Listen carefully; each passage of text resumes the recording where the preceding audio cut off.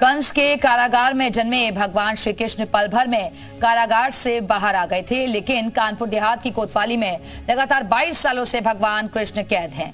आपको बता दें कि 12 मार्च 2002 को शिवली के एक प्राचीन मंदिर से राधा कृष्ण बलराम सहित 5 बेशकीमती अष्टधातु की मूर्तियों को 4 चोरों ने चोरी कर लिया था। पुलिस ने कार्रवाई करते हुए चोरों को गिरफ्तार भी कर लिया और चोरी किए गए भगवान श्री कृष्ण के परिवार की मूर्तियों को भी बरामद कर लिया और कुछ समय बाद चोरों को जमानत भी मिल गई। लेकिन भगवान श्री कृष्ण आज भी अपनी रिहाई के इंतजार में हैं। हालांकि बीते 19 जुलाई 2024 को भगवान श्री कृष्ण परिवार समेत कोर्ट में पेश हुए और इसके बाद जल्द फैसला आने की उम्मीद है।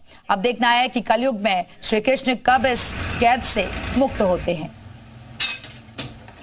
द्वापर युग में भगवान कृष्ण का जन्म कारागार में हुआ था, लेकिन वो फिर भी पल भर में ही बाहर आ गए थे। लेकिन कानपुर देहात में भगवान कृष्ण कुछ कानूनी दांवपेच में ऐसे उलझे हैं कि 22 वर्ष से कोतवाली में ही कैद हैं। ये कानपुर देहात की शिवली कोतवाली है, जहां पर भगवान कृष्ण अपने परिवार सहित इसी कोतवाली में कैद है। आपको पूरा मामला बता देते हैं। दरअसल 22 साल पहले इसी कोतवाली क्षेत्र के अंतर्गत एक प्राचीन मंदिर से भगवान कृष्ण और राधा और बलराम की बेशकीमती मूर्तियां चोरी हो गई थी और उसके बाद पुलिस ने तत्परता दिखाते हुए मूर्तियों को बरामद कर लिया था और जो चोर थे उनको भी गिरफ्तार कर लिया था। लेकिन कुछ ही दिन बाद वो जो चोरी के आरोपी थे वो बाहर हो गए। लेकिन भगवान कृष्ण अपने परिवार के साथ कानूनी दांवपेच में उलझ कर रह गए और इसी कोतवाली में कैद होकर रह गए हैं। इसी कोतवाली का जो मालखाना है वहां पर बेशकीमती मूर्तियां जो है वो यहाँ पर रखी हुई है और जब भी जन्माष्टमी होती है तो इन मूर्तियों को बाहर निकाला जाता है और पूजा अर्चना की जाती है। जो इस कोतवाली के पुलिसकर्मी है वो बाकायदे इनको मूर्तियों को निकालते हैं, कपड़े नए वस्त्र धारण कराते हैं और धूमधाम से जन्माष्टमी, जिस तरीके से